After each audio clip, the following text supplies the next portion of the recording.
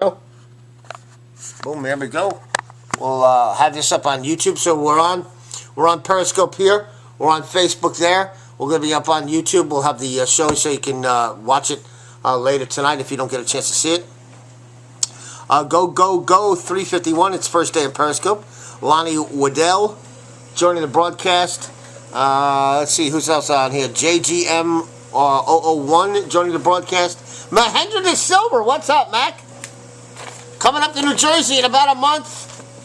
Wednesday, we'll be at the Sportsbook at the Meadowlands on Thursday afternoon watching the first round games. Yes, Wednesday afternoon show, the Saturday show, if you're just joining me now, the Saturday show, I terminated it because I just came to the conclusion that I shouldn't have to pay for the broadcast. I'm going to try one thing really quick, though. I'm going to put this light over here and turn off this light. Let's see if that's any better. How about that? Is that any better? Oh, that's doable. Okay, it beats the light up on my head. Okay, good. I think that's okay. Maybe? Is it too dark? Can't tell. All right, it looks all right. But anyway, so the Saturday show, I terminated the contract with iHeart. I just felt like I shouldn't have to pay for it. The show's too good, and that's all there is to it. Working on getting time off. Hope to meet you when you come up. That'll be great, Mac. Yeah, Thursday, March 19th is the Thursday of the opening round of March Madness. So that's going to be fantastic. Me and my brother are going to go, so I'll be looking forward to all of that. Let's see, where's my first page of the whole thing here?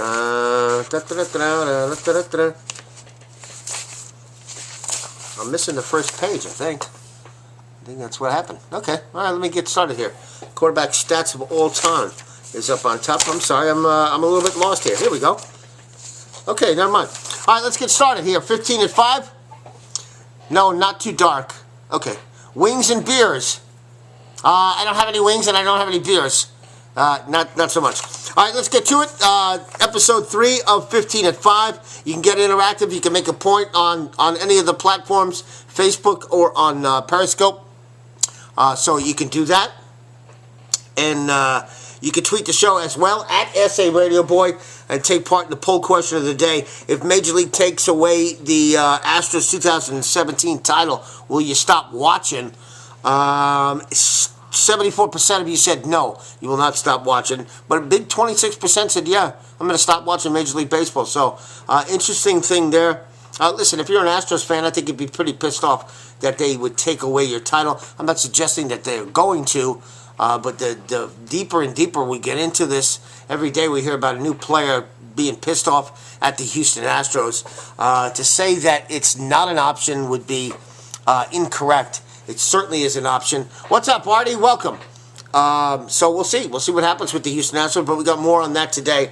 As that story is really just, it's going to be on the entire season, which will make it a very fascinating baseball season. But you've probably grown weary a little bit here in Texas of the story, but got new stuff on that today, so we'll get into that here. I'd stop complaining if they would just take away the title. Yeah, that's from Michael Rubright. The opening segment brought to you by Wallys Deli Food Truck right here. One of the best food trucks, one of the highest rated food trucks in San Antonio. If you're commercial property, maybe you have a car show going on, maybe you got some event going on, you need a food truck there, you want a great food truck, get in touch with me today. You can do that by contacting me at saradioboy at gmail.com, saradioboy at gmail.com. All right, let's talk Astros scandal one more time. Major League Baseball Commissioner Rob Manfred, who has really done a Roger Goodell type of job here, and that's not a compliment, obviously. That's a shot at him. Said this week that the players weren't disciplined, and any player that is angry about that needs to look at the union as the problem here. Well, Major League Baseball Players Association, their union fired back and said, hey, you know what? You can't discipline players when there's no rules on the books for this particular infraction, which is obviously correct. So the bottom line is, Manfred said that the Players Union wanted player immunity. The Players Association said Manfred told them from the get-go that no players would be punished. So Rob Manfred is officially full of shit. There's that. Josh Reddick from the Houston Astros, with one of the stronger statements that we have seen so far, said this, quote, "At some point you have to move on and not give a shit." He said, "We're going to go out there and win and shut everybody up." Okay then, let's see who wins. Again, a very fascinating regular season coming up in Major League Baseball, and it's going to be fun because the stories become a beatdown, but what's going to take place once we get baseball underway is going to be fascinating, from the, getting beamed to the fans booing to the Houston Astros reaction to the Houston Astros, how well they play. It's going to be a fascinating regular season. Thank you, Houston Astros, and thank you for let's bang the garbage can one more time. There we go, and the whistling, all that kind of stuff. So it'll be a fascinating regular season. So there's that. I'm done with the Houston Astros for the day. All right, Max's commissioner has no nutsack. He won't punish the players. As I just said, he said that he was never going to punish the players before the interviews started. So Manfred, as I said, is full of crap. Noah's going to move on without consequences. Manfred is weak, empty suit. Again, you can't make that. You could make that statement because he gave the players immunity. Would he have been able to get the information out of them without immunity? Who knows? I don't know. To say he would have is just a guess on my point. All right, former Cowboys executive Gil Brandt tweeted out this today. Cowboys top 5 quarterbacks. Roger Dodger, number 1. Troy Aikman, number 2. Dak Prescott, number 3. Are you freaking kidding me? Maybe Gil's doing a little less. Maybe he is. Danny White, 4. Tony Romo at number 5. So the first thing you think of is, you got to be kidding me. Dak Prescott, the 3rd best quarterback in Cowboys history? That can't be it. There's no way that Dak is. All right, first of all, I put Romo in the 3rd spot because he had the most passing yards in Cowboys history. I know it's a different game today, but nevertheless, he was better than Danny White, and he was better than Dak at this point in Dak's career. Can we all agree to that? I think we can. So that would be the initial reaction I would have to this list. But then if you look at the numbers, and if you take Dak out of the top 5, because that's the way you need to look at this. If you take Dak out of the top 5, who's replacing him? You going to put Don Meredith in that mix? Dandy Don? Is Dandy Don one of the top 5 quarterbacks in Cowboys history? I don't think so. He completed only 50% of his passes.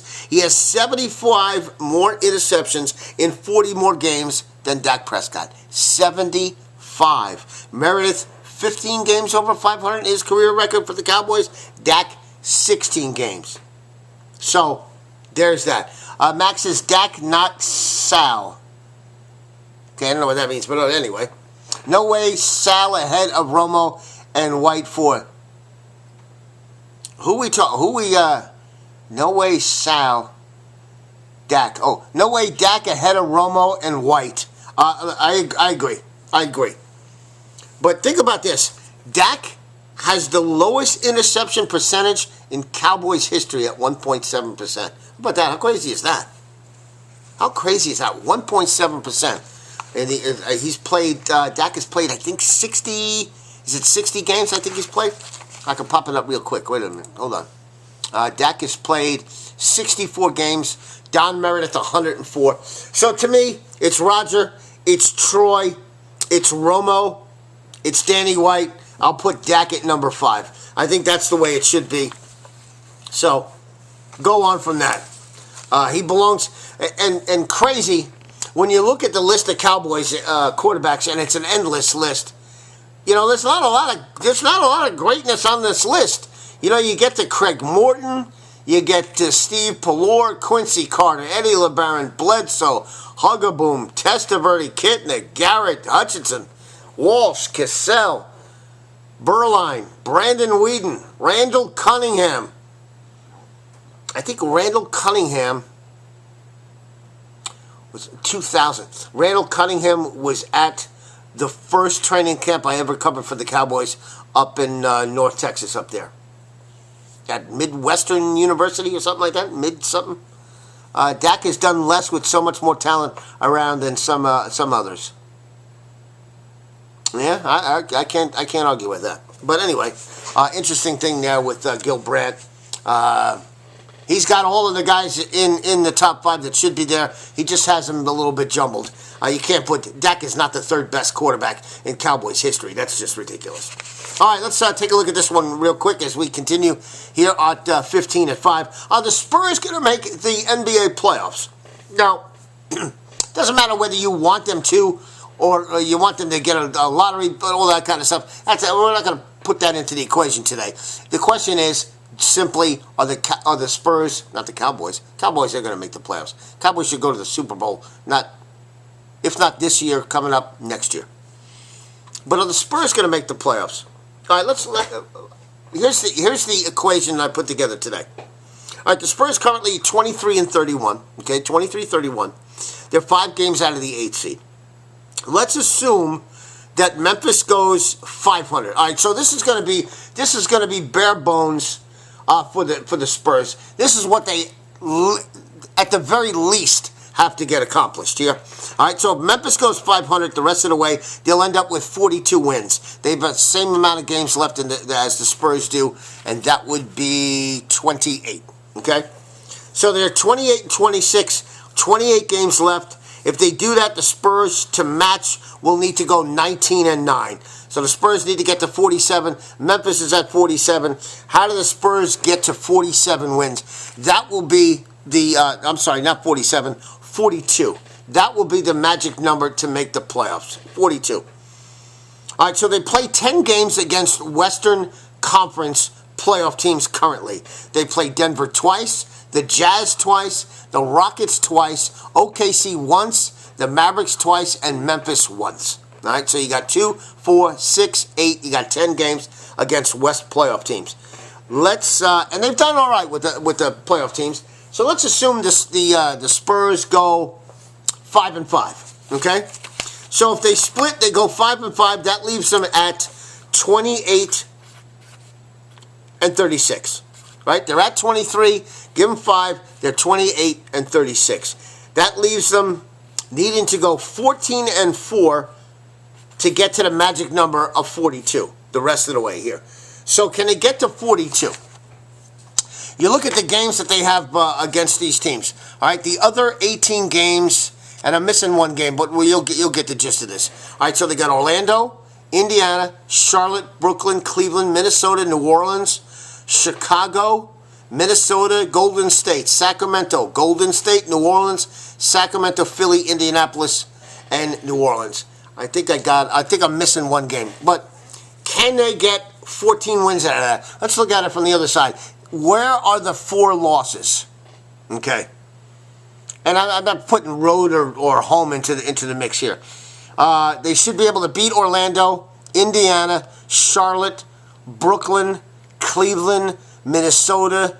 New Orleans is going to be a little bit difficult now, so you might give them a loss against the New Orleans Pelicans. I'll give them 1-1 because they got them twice. So that's 1 loss there. Chicago, Minnesota, Golden State, Sacramento, Golden State, New Orleans, Sacramento, Philly. I'll give them the loss against Philly. Indianapolis and New Orleans. The question here, the point here is, it's doable. It's doable. But the key here is Memphis has to play. The best they can do is at 500. That's it. If Memphis plays 500, that gives it. And right now they're at 28-26. So that's not being crazy. Yeah, that could certainly happen. Spurs then would have to go, as I said, 19-9 in their final 28 games. They split 5-5 against the Western Conference playoff teams and go 14-4 the rest of the way. I think it's definitely possible. There's not a lot of losses in those 18 games, as I mentioned. You know, you got Orlando once, you got Indianapolis twice, you got Charlotte on there, Brooklyn once, Cleveland once, Minnesota twice, New Orleans twice, Golden State twice, Sacramento twice. It's doable. That's all there is to it. Spurs aren't consistent enough to make the playoffs. That's very true, Anthony. There's no question about that. But the schedule certainly is advantageous to them. Again, the 10 playoff teams, the Spurs have played well against the top teams in the West. That's facts. The other facts are this. The other 18 games that they have on the schedule are against teams that aren't very good. That's all there is to it. You look at, let me pull up, let's see, let me look at the other NBA. I don't think you're looking at many, and I didn't have time to look at the Eastern Conference playoff teams, but there's not much here. Let's see, conference, okay. Boston, Miami. So Philadelphia's won. They got Indiana twice. All right, so I'll give them an Indiana loss. That's 3. You should be able to beat them at home. I mean, you know, you have to assume you're going to. Orlando is also a playoff team. But Chicago is not. Charlotte is not. Cleveland is not. And so, it's possible. It's certainly possible. How many games are on the run? Again, I didn't look at it. You know, I'll take a look at it quick. All right, that's what you want to look at. Let's see. Spurs. Yes, son of a biscuit. All right, let's see what the Spurs schedule home and away looks like. All right, again, we're looking at Anthony. I'm looking at it this way. We can agree that it's 5-5 against those playoff teams in the West. Okay, we have to agree to that. Okay, 5-5. All right, listen. Going through home and away is going to take too much time. Maybe I'll rehash it again tomorrow. But the point is, and we're not going to come to some definitive conclusion today. But the point is, it's certainly doable. You can't rule it out that it can happen. And listen, you know what? Even if the Spurs if the Spurs make the playoffs or don't make the playoffs, they're not going to get that much more different of a player in the draft. That's all there is to it. Sad thing is the Spurs lost to the Cavs already. Okay? Listen, they've lost to a lot of teams. But the Spurs, one of the best performances of the Spurs was the Oklahoma City game on the road. That was one of the best performances of the season, and it gives you the hope because of DeJounte Murray's play. That's why. And that's DeJounte Murray. You can understand why he has not played well the entire season. He didn't have a off season to get better. He had an off season where he had to rehab. So there's that. But we'll see. As I said, it's possible. You can't rule it out. And to me, making the playoffs is better than not making the playoffs. If you make the playoffs, you're not going to get that so much worse draft pick than you will if you get into the lottery, because look where they are anyway. So it doesn't matter. So just make the playoffs. I think that's what you root for. Root for the Spurs to make the playoffs and go on from there. All right, that'll do. Anthony says, I agree. If we get that type of play from the Spurs, we can make it. What's more impressive? The game was without DeRozan. Yes. Again, you got it from DeJounte. That was the biggest thing of that whole game. And listen, and we've seen what DeJounte has said here in the last couple of days. We'll get into that tomorrow. What DeJounte talked about with him and Lonnie Walker. And it's something we touched on yesterday when I said that DeJounte Murray, I think, becomes a star in this second half. So you see what happens. All right, that'll do it. I appreciate you guys watching and listening. You can watch it on YouTube later. I'll dial it up for you up there. And then hopefully at some point between now and next week, we'll be able to broadcast this on one camera and have it rolling on all of the platforms. So the only problem with that app that somebody sent to me is I don't believe it goes to Facebook. And that's critical for me. So, there you go. All right, enjoy. Have a good one. Peace out. Got to go get the kids from school, and we'll talk to you tomorrow at 5 o'clock right here on Facebook, Periscope, and on YouTube. It's Wallys 15 at 5. We'll see you tomorrow for episode number 4. Peace out. Thanks, Anthony. Thanks for dialing in today, bud. Have a good one, man.